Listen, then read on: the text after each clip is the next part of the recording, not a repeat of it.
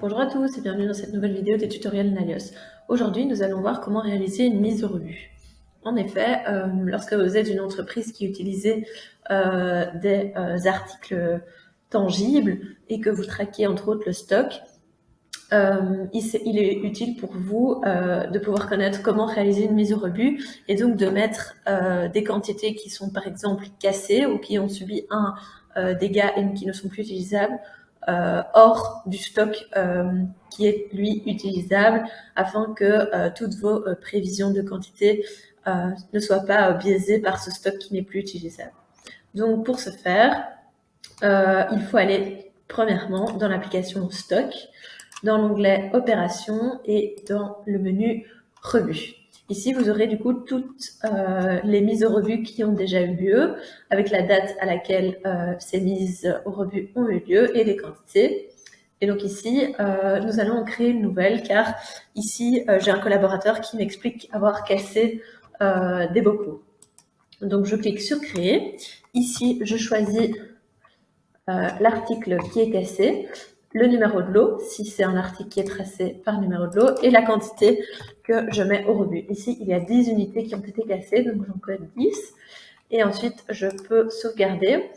Avant de confirmer cet ordre, on va simplement regarder que ici, en stock, j'ai 500 unités pour le moment.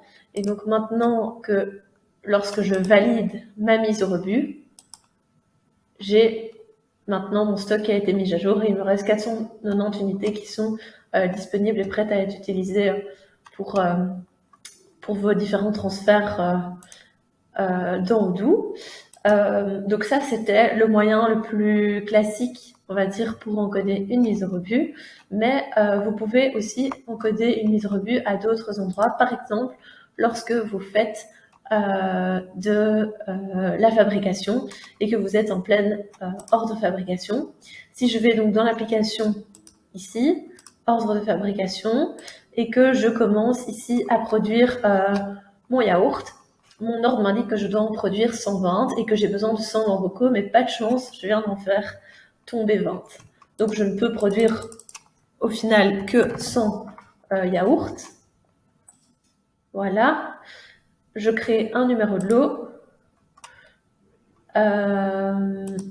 Et on peut voir ici que dans mes quantités à consommer, les quantités ont été adaptées par rapport à la quantité totale que je peux sortir, à savoir 100 bocaux.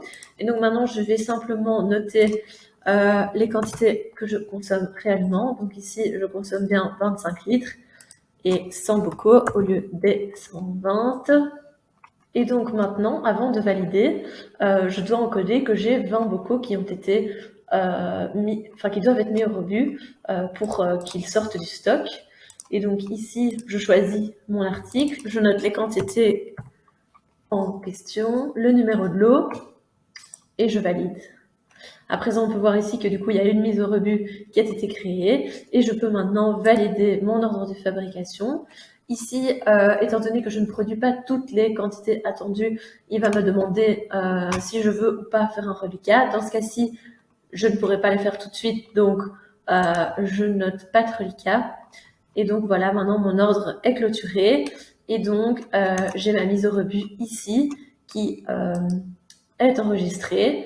En fonction de votre besoin et de comment est-ce que vous souhaitez gérer cela en interne, vous pourriez demander à vos collaborateurs d'indiquer ici dans le chatter la raison casse lors du transport, par exemple. Ça vous permet d'avoir un suivi un peu plus précis. Et alors, de nouveau, on pourra aller consulter l'ensemble des mises au rebut. Ici, dans Opération Rebut, on voit ici que celle qu'on vient de créer depuis un ordre de fabrication, grâce au lien que nous avons ici, a été créé parmi les autres. Merci pour votre attention. On se retrouve dans de nouvelles vidéos.